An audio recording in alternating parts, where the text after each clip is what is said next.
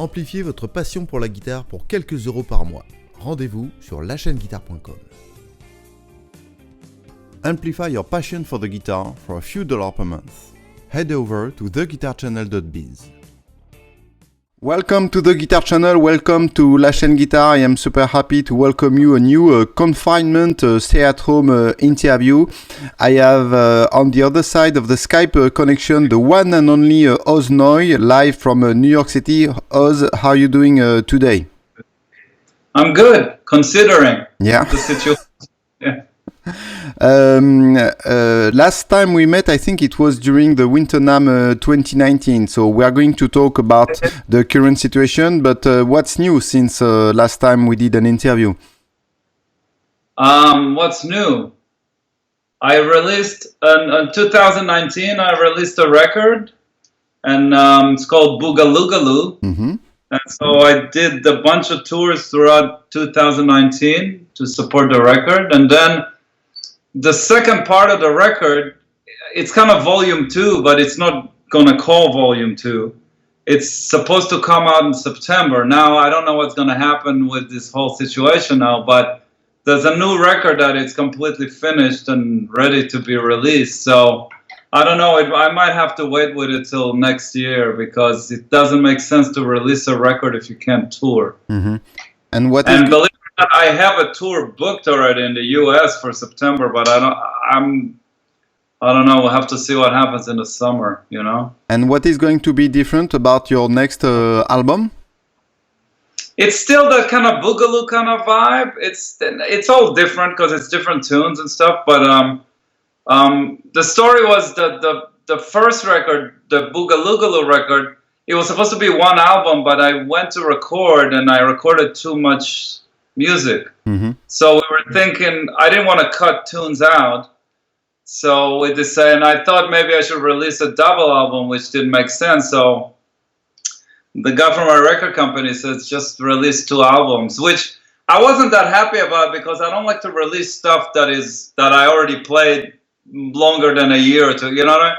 But I went in the studio and recorded a couple more tunes because I missed a couple of tunes. So I have 2 records out of that one project, really, you know? Mm-hmm. Tell us a little bit more about the situation at the moment in New York City, and then after that you will tell us what's the impact on your current situation as a working musician. Well, the situation in New York is probably... I'm staying at home, so I live on the Upper West Side. You know, I go out to just buy some groceries, maybe take a really quick walk. It's really creepy here. Mm-hmm. Now because everything's closed and you know, not a lot of people on the street, no traffic, which is actually great. It's really quiet and the air is really clear. Mm-hmm. I never breathed such clear air since I moved here, really. So that's cool. But other than that, I don't know. It's pretty bad here. I guess there's a lot of people are sick here and dying here. So I'm just home. Yeah, that's what we see on the news from France, is that the situation is obviously very difficult in the US as it is everywhere else in the world, but New York State and especially New York City is kind of heavily impacted by the situation. Yes. Yeah. Mm. Again, I don't see it in front of my face, but I watch TV like everybody, and it's pretty awful. Mm-hmm. I'm just hoping that it's gonna start. It looks like it started to kind of stabilize a little bit, so I hope it's gonna start going down soon, you know. What was the immediate impact on your life as a touring musician? How many, I don't know, concert was cancelled because of this stay-at-home situation? Well, my situation is exactly the same as anybody else, any other musician. Everything got canceled, period. Mm-hmm.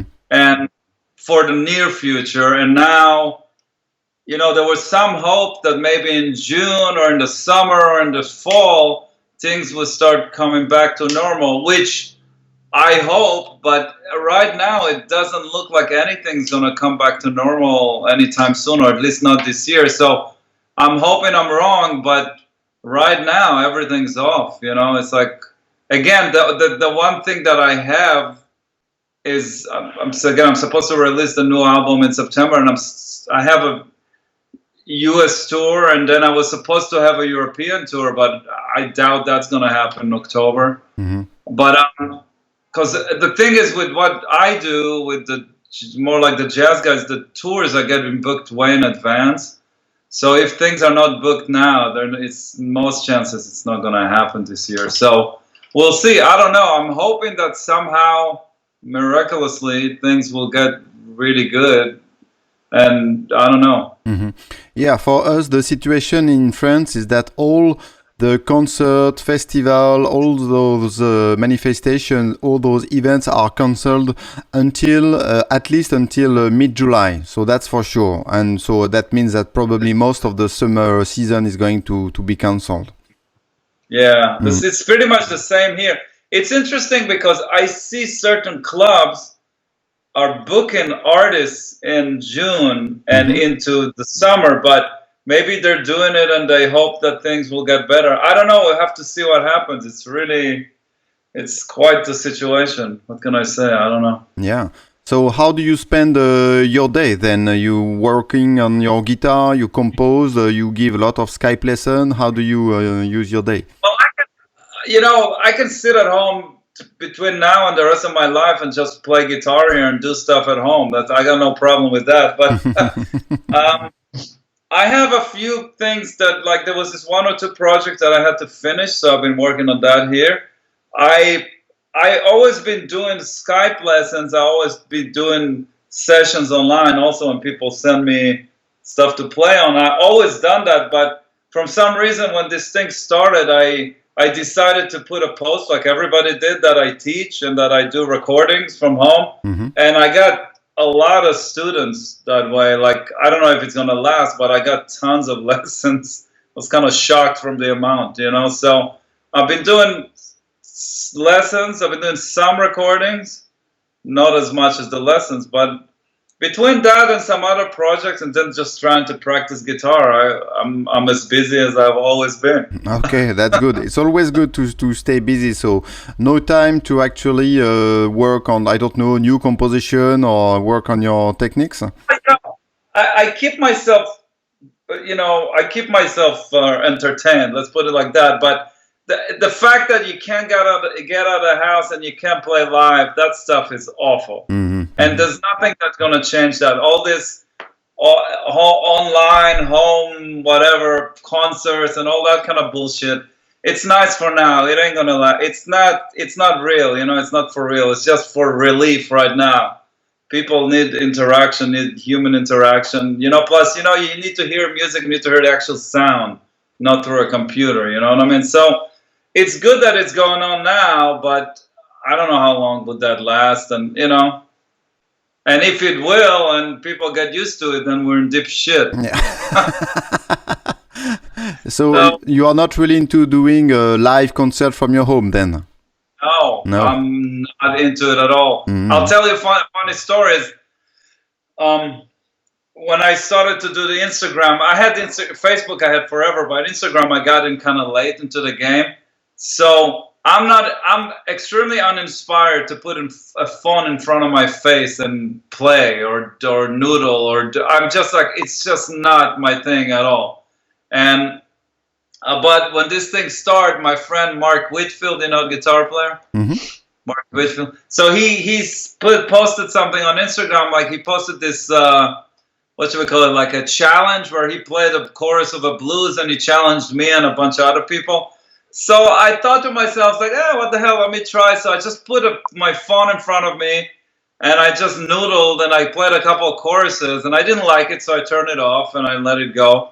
And then I somehow, a little later, because I see everybody posting stuff, I looked at it and I'm like, you know what, actually it's not too bad. And I decided to do a week now. It's happening this week where I post a take every day. And it's been a huge success. Excellent, cool. And I'm kind of going like, I don't get this. I put all this great live shit when I play with this guy and all these famous people.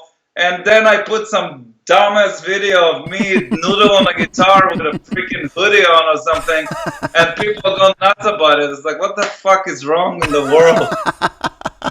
Anyhow, I'll take it. But it's, as you can see, this is not my thing. But for now, I'll do it just because it's something to do. I don't know. So it is something we can watch on your Instagram feed, right? Yeah, you can see. Yeah. Okay. It's kind of funny actually by now, but yeah. But actually, thought of going for it for a little bit just to see what happens. You know, I just don't like. It's extremely uninspiring for me to play in the room by myself to a freaking phone. You know, it's just like I don't do that kind of stuff. But I force myself to do it now. Yeah, it's. I think it's one positive view of this current situation is that it is challenging. Challenging us so much that we need to kind of reinvent and okay, say let's see what kind of tool we have at the moment. No, we can't play anymore, but okay, I have this metal thing. Let's try to communicate through that, and hopefully, it will get better after that. Yeah. I think the main issue is. You know, it's been like a little over a month here right now. So, you know, but not to play live for a few months, that's going to be challenging for a lot of people, not only me, but just a lot of people. You know, so I hope that's somehow going to get resolved somehow. Tell us about how you handle your Skype session. So, do people ask you some specific question, or do you prepare the session, or is it okay? We go live and ask question. You play, I play. How do you usually do it? Well, the thing about teaching on Skype is it's a little challenging because the only thing you can do is you can transfer information. You know, you can't play with the other person. You can't really see what's like you can see how his fingers looks and stuff, but it's hard to really tell. So normally if somebody comes to me here for a lesson, the first thing I do is I was like, okay, let's play something. So we play a blues, and within a minute I know where the guy is. I know what he needs and what I can help him with and blah, blah, blah. So with Skype, it's a little more challenging. I have to ask the guy, what do you do? What kind of music do you play? And then I can't really hear him play. So I just ask him to play some scales, maybe, and a couple of chords, and then I can kind of tell. So it's a little challenging. So a lot of the times I have to kind of guess on the other side what's happening, and I just start. Usually they'll ask me some questions, but normally it's similar questions, so I kind of just go for what I think is necessary, and then I take it from there. It is challenging because of the fact that you can't tell the level of the student on the other side, you know? So, and how do we book a session with you? Let's say some people are watching this or are watching this in replay later on YouTube. So how do they contact you? You should just send me a message on Instagram or Facebook, and I'll send you all the info. It's really easy. Or email me directly at oz@oznoy.com. That's it. Okay, excellent. And because when this whole thing started, the whole idea was, you know, because everybody is in the same boat with this, you know, so I just said that, you know, I'm doing those lessons for whatever people can afford, you know what I mean? So, and the same with recording sessions, I'm pretty flexible, you know, like I'm actually, you know, some people, I mean, in general, I try to put some kind of bar where underneath that it doesn't make sense to me, but I've been pretty open to, I even gave 1 or 2 free lessons just because it was some guy in India or some guy in Africa, and I was like, all right. They offered me money, but I said, like, for that kind of money, let me just do it for free, you know. But most people are cool. Most people are just, you know, they pay what they can, and it's cool. It's okay, you know. And what about the session? Do you make a selection? People send you some tracks, and you say, okay, yes, I think I can bring something to that, or how do you work? I'm a little more picky with the session work just because I normally don't do that kind of stuff for less than, let's say, a certain amount of money. But I'm kind of open to it now, to whatever people can afford. The only thing is I want to make sure before I say yes to what I'm supposed to do, you know. Because if somebody sends you a really complicated track, then that's a whole other, you know. But again, as I said, so far it's been pretty good. Like, people are respectable, and, you know, they offer what they can, and it's fine. I'm cool with it. I'm totally fine with it. And plus, you know, if it helps people, it's fine with me, you know. You also, I think, an online class in some website, and can you tell us a little bit more about that? I'm a what? You have an online class available on the website on a website where people can buy videos that you recorded. Yeah. Well, I have a bunch of instructional videos, so there's a bunch of them. If you go to my website and you go to my store page, it's all there. But there's a few that I've done for TrueFire, a few that I've done for My Music Masterclass. And there was a few that I did. The first one that I've done was for Jazz Heaven. So it's mostly different material. Like there's some stuff I repeat in different ways, and some other. It depends on what format you kind of want to look at in terms of the material. But there's a lot of stuff on there. There's like maybe 7 or 8 instructional videos that you can get. I did a really big one for MI Musician Institute in LA. Okay.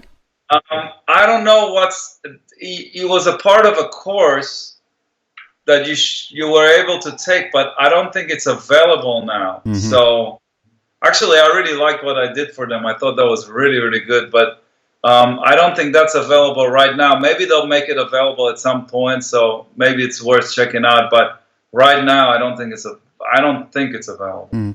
I think I saw, maybe it was last year, you did a series of videos regarding how you integrate effects in your guitar playing. Yeah, it was My Music Masterclass. One of the instructional videos I've done for them was how I use effects. I talk about the concept of using effects, and then I show all my tricks. You know, that's cool. Talking about gear, I don't know. I didn't see you at this Winter NAMM. Were you there at the Winter NAMM this year? Yeah. No. Okay. So no new piece of gear in your arsenal at the moment. I've been using similar. I got some new Fender guitars because John Cruz at the Master Build, the custom shop, made me a few that are extraordinary. So I got this 2 Tellys from him and a Strat for him. Okay, cool. So that's kind of the latest. Other than that, I'm still using my Turok amps that I love. That's mostly what I use. I still have I have Plexi 150 watt Marshalls, and that's really it for my. I have like an old Deluxe and a Princeton and all that kind of stuff, but that's mostly what I use. Really, that hasn't changed. And my pedal boards, I don't know. It's pretty much the same stuff still. I have the exotic stuff, the Vamaram stuff, the Line 6 stuff. Some Boss pedals, some Dunlop. It's the same. Same stuff, really. What are you listening at the moment? What was, I don't know, the latest music that really got you excited? What got me excited? Yeah. Good question. I gotta think about it. You know what? I've been kind of working on. I have all these books that I sometimes try to read, like just to practice reading. So there's all this like Bach stuff and some Bartok and stuff. So I've been listening to that stuff just to kind of listen to what I'm about to read, So that's kind of new. I've been practicing classical guitar just for fun, which is probably the worst classical guitar player in the world, or one of the worst. But I think that's fun, so I listen to that stuff a little bit. And other than that, I don't know, the usual stuff. I can't remember. I listened to the new Robert Cray record today. I don't know. But then I listened to McCoy Tyner, what's the name of that famous record? Yesterday. What's the name of that record? It's right here. I forgot the name of it. It's the famous one, And some Sonny Rollins, I don't know. Tell us about out of the stay-at-home confinement situation, obviously, how it is to be a living musician, a working musician in New York City. Is it, as we can see it from here, the kind of top of the world situation where everybody musician is kind of competing with each other? How it is? I don't know what do you mean by top of the world? I don't feel it's top of the world at all. It's just like a place to live. The only thing here is there's a lot less than it used to be, but there's still a lot of live music here, and a lot of, at least in terms of jazz, all the real great jazz guys, a lot of them are here still. So, you know, in the good old days, which was a month ago, really, in the good old days, a month ago, you could have gone out of your house and go to a bunch of clubs and hear some of the greatest, you know, jazz musicians in the world, like just in the same night, you know. And then you can hear some good, also, I don't know, like maybe some other bands or like, I don't know, like singer-songwriters and stuff like that. That's what I'm into, at least. So that's what I would do when I go out. But I don't know. The thing about a competition, I don't feel like there's a competition, like in terms of like people are just stepping on each other and trying to get there. I think everybody kind of does what they do. You know what I mean? It's like, at least in my world, I don't feel like there's much competition. Like there is, but it doesn't. You're not affected by it. You know what I mean? It's not that you're in contests with I don't know. Me and Adam Rogers are in a contest. Who's gonna play faster this week? It ain't gonna happen. We're all friends, so it's not really, you know what I mean. And what about the difference of atmosphere compared between, let's say, New York City, and Los Angeles? I don't have an answer for that because LA is just such a different place. It's completely different in every aspect. It's just like the lifestyle is different. It looks different. There's no, in New York, there's a center, you know. In LA, it's just all those different cities that are combined. So there's no real center. So the scene there is so spread out, and it's a lot less of a live scene there. So I don't know. I don't have a straight answer for that. Like, it is much different than here, that's for sure. Like really, really different. But there's musicians there, so. If we look a little bit further in the future, hopefully at one point in time this coronavirus situation will be over. So what are the next big project you want to push through regarding the end of 2020 and 2021? Well, I can't say now if it's going to be 2020 or 2021 because we don't know when this thing's going to be over. But I would say I have this new album. It's called, actually the name of it is Snapdragon. So Snapdragon is going to come out. Hopefully, I very hope so. I'm really hoping that it's going to come out this year, if not the next year. And then I've been working on another Ozone Squeeze record. It's that band that I have with a singer. It's like a side project that we released one album. So I'm going to try to make another album with that. There's another side project that I've been doing with some LA guys. It's me and Mono Neon, and Tal Bergman is this LA studio guy. Michael Bearden is a LA keyboard player, and a really great singer, Ty. He's the singer from Vintage Trouble. It's a pretty popular kind of rock band. So we have this project that's kind of, that's one of the things I'm trying to finish now. So maybe that's going to come out at some point. I don't know. There's a couple of things that can happen, but first we need to get rid of this disease, get that out of the way. Yeah. Do you have any idea if you are going to come to play to France in the not so distant future? I hope, but I have no idea.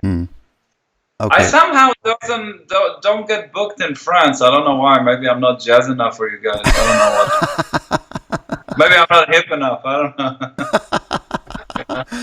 Yeah, I'm not sure about that because next tour I'll come to France. You know. Okay. Whenever it will be. You know. So, yeah. Cool. If people want to stay in touch with you, so what's the best way? They go to your website, Instagram feed, and to interact with you? Yeah, and just hit me up. Just send me a message or email or whatever. Everything works. All right. Oz, it was great to have you on the show. So hopefully next time we talk, it will be either, I don't know, at the next Winter NAMM or when I come to New York City or when you will be in Paris. So stay home, stay safe, and practice your guitar and teach a lot and produce a lot of cool music, okay? Awesome. You stay safe too. All right. Thank you very much. Thank you very much for all the people who watched that. Thank you. Bye-bye. Pour le prix d'un magazine, abonnez-vous à la chaîne Guitare pour accéder aux vidéos intégrales. For the price of a magazine, subscribe to the Guitar channel to access the full videos.